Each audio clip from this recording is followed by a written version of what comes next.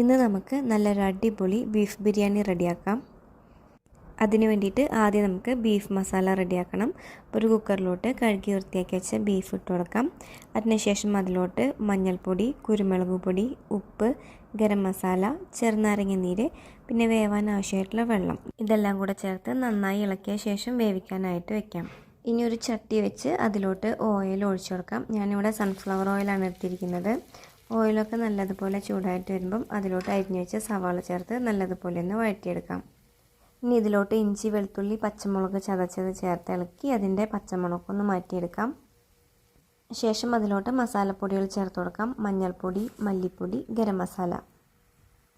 ചെറിയ തീയിൽ വെച്ച് പൊടികളൊക്കെ ഒന്ന് ചൂടാക്കിയെടുക്കാം.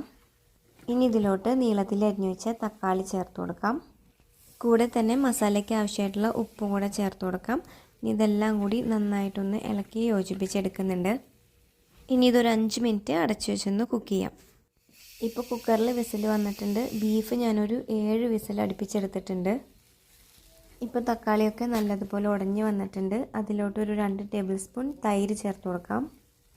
തൈരും മസാലയൊക്കെ നല്ലതുപോലെ ഇളക്കി യോജിപ്പിച്ച ശേഷം വേവിച്ച് വെച്ച ബീഫ് അതിലോട്ട് ചേർത്ത് കൊടുക്കാം. ബീഫും മസാലയും ഒക്കെ കൂടെ നല്ലതുപോലെ ഒന്ന് മിക്സ് ചെയ്തെടുത്ത ശേഷം ഒരു 5 മിനിറ്റ് അടച്ചു വെച്ച് കുക്ക് ചെയ്യാം. ഇനി ബിരിയാണി റൈസ് തയ്യാറാക്കാനായിട്ട് ഒരു പാനിലേക്ക് നെയ്യ് ഒഴിച്ചു കൊടുക്കാം. പിന്നെ അതിലോട്ട് സ്പൈസസ് ചേർത്ത് കൊടുക്കാം.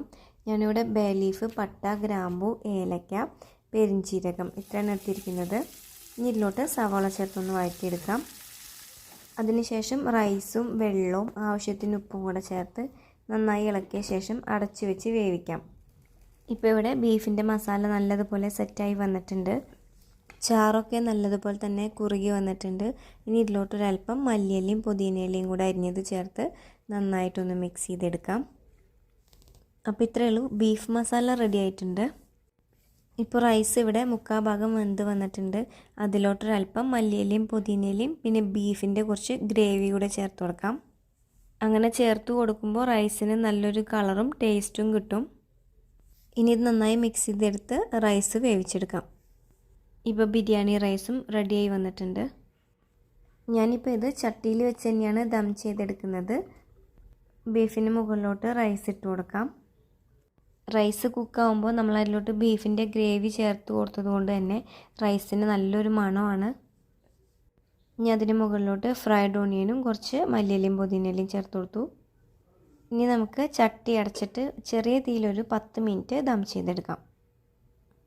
10 മിനിറ്റിന് ശേഷം തുറന്ന് നോക്കുമ്പോൾ നല്ല അടിപൊളി ബിരിയാണി റെഡി ആയിട്ടുണ്ടാവും. നല്ലതുപോലെ മിക്സ് ചെയ്തതിന് ശേഷം നമുക്കിത് സെർവ് ചെയ്യാം. അപ്പോൾ ഇത്രയേ ഉള്ളൂ, നല്ല അടിപൊളി ബീഫ് ബിരിയാണി റെഡി ആയിട്ടുണ്ട്. വളരെ പെട്ടെന്ന് തന്നെ നമുക്ക് തയ്യാറാക്കിയെടുക്കാൻ പറ്റിയ ഒരു ബിരിയാണിയുടെ റെസിപ്പിയാണ്.